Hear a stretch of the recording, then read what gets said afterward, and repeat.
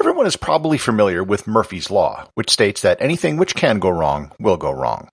However, there are many such laws, known as eponymous laws, which are sayings, adages, or truisms which have been attributed to people over the years. These are not hard and fast mathematical or physical laws, but rather are general truths which can help you see and understand the world better, and they're usually named after someone. Get to know the world of eponymous laws on this episode of Everything Everywhere Daily.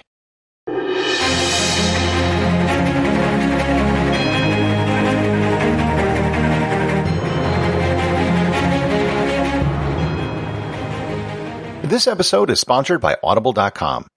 If you're interested in the snippets of wisdom from great minds, the audiobook I would recommend is 600 Quotes of Ancient Philosophy. It contains thoughts from such minds as Confucius, Plato, Aristotle, Marcus Aurelius, and the Buddha.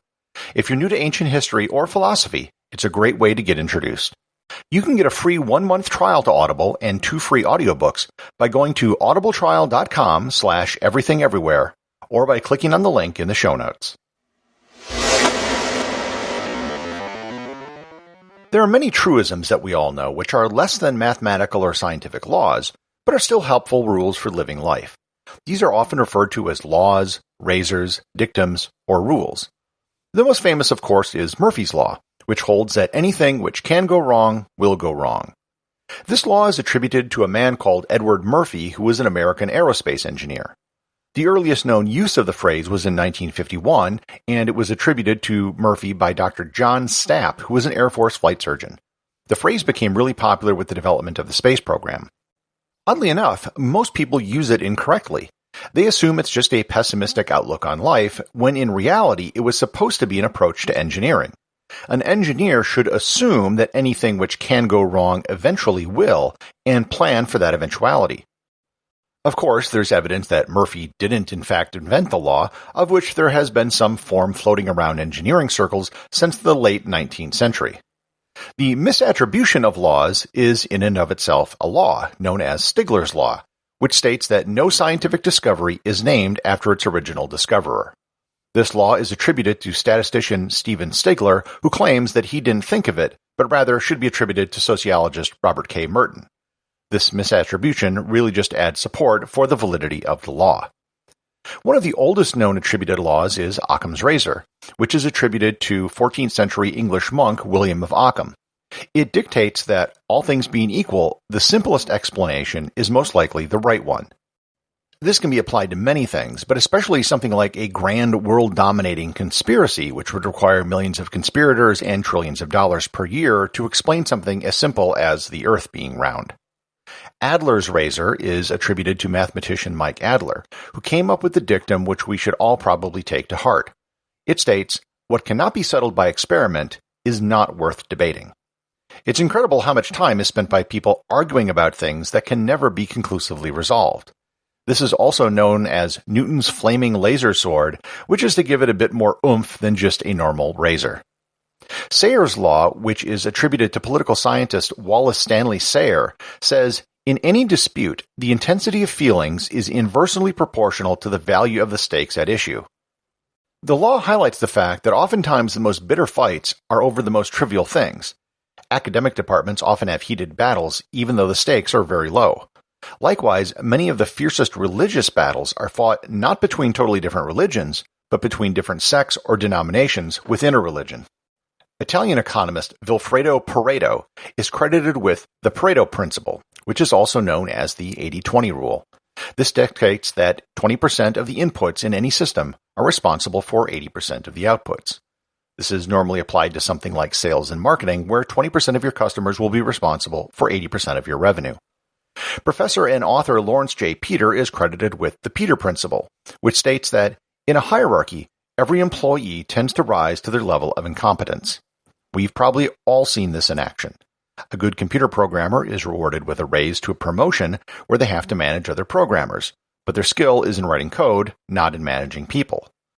Alternatively, a good teacher might be promoted to become an administrator, which requires a completely different set of skills than the ones which got them the job. Parkinson's law comes from a 1955 essay by Cyril Northcote Parkinson in The Economist magazine, which notes that work expands to fill the time available for its completion. I know this myself almost every day when working on this podcast. No matter how much or little time I give myself to get a show out the door, I will use all of it. The Shirky principle was named after technology pundit Clay Shirky by Wired magazine editor Kevin Kelly. It states that institutions will try to preserve the problem to which they are the solution. Many institutions are founded with the best intentions. Over time, they develop their own bureaucracy and institutional inertia, which seeks to protect its own existence more than solving the problem that they were originally created for. Case in point, the Rural Electrification Administration, which was created during the New Deal to bring electricity to rural areas, still exists, even though the problem of rural electrification was solved decades ago. The Rosenthal effect, also known as the Pygmalion effect, dictates that higher expectations lead to an increase in performance, or low expectations lead to a decrease in performance. Psychologist Robert Rosenthal stipulated that expectations can become self-fulfilling prophecies.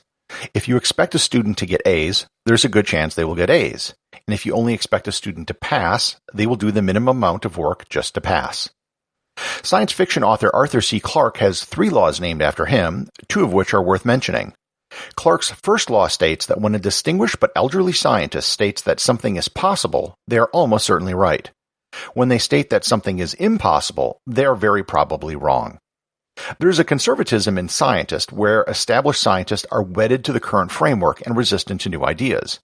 There are numerous examples of scientists who have said things are impossible but turned out not to be. I can distinctly remember some scientists saying you couldn't transmit digital information over analog radio waves. If you are listening to me now, it's proof that they were wrong. Clarke's third law states, any sufficiently advanced technology is indistinguishable from magic. And we've probably all experienced this ourselves if we can think back to the first time we saw a GPS device or a smartphone. We had no idea how it worked, and we were just amazed that it did. Goodhart's law is attributed to British economist Charles Goodhart, and it notes that when a measure becomes a target, it ceases to become a good measure. This can be seen when you teach for a particular standardized test. The SAT was designed as a general measure of aptitude, but now it's just a measure of how good you are at taking the SAT. The Streisand effect was named after Barbra Streisand. It states that any attempt to hide, remove, or censor a piece of information has the unintended consequence of publicizing that information more widely.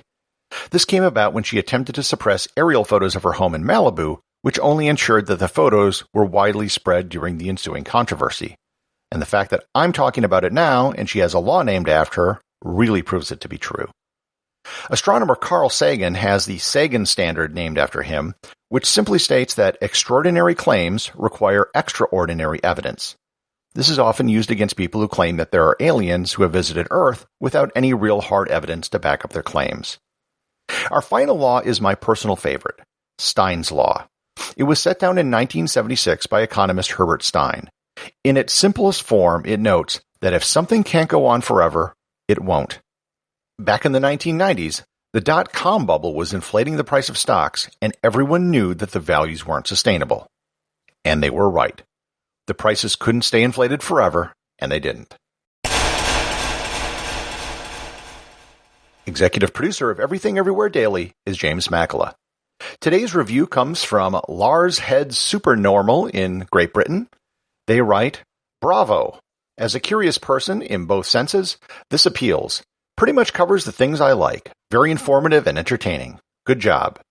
Thank you, Lars Head Supernormal, and thank all of you who've left reviews over at Apple Podcast, and for those of you who support the show over at patreon.com, where I'll be uploading a new desktop and smartphone wallpaper for the month of September.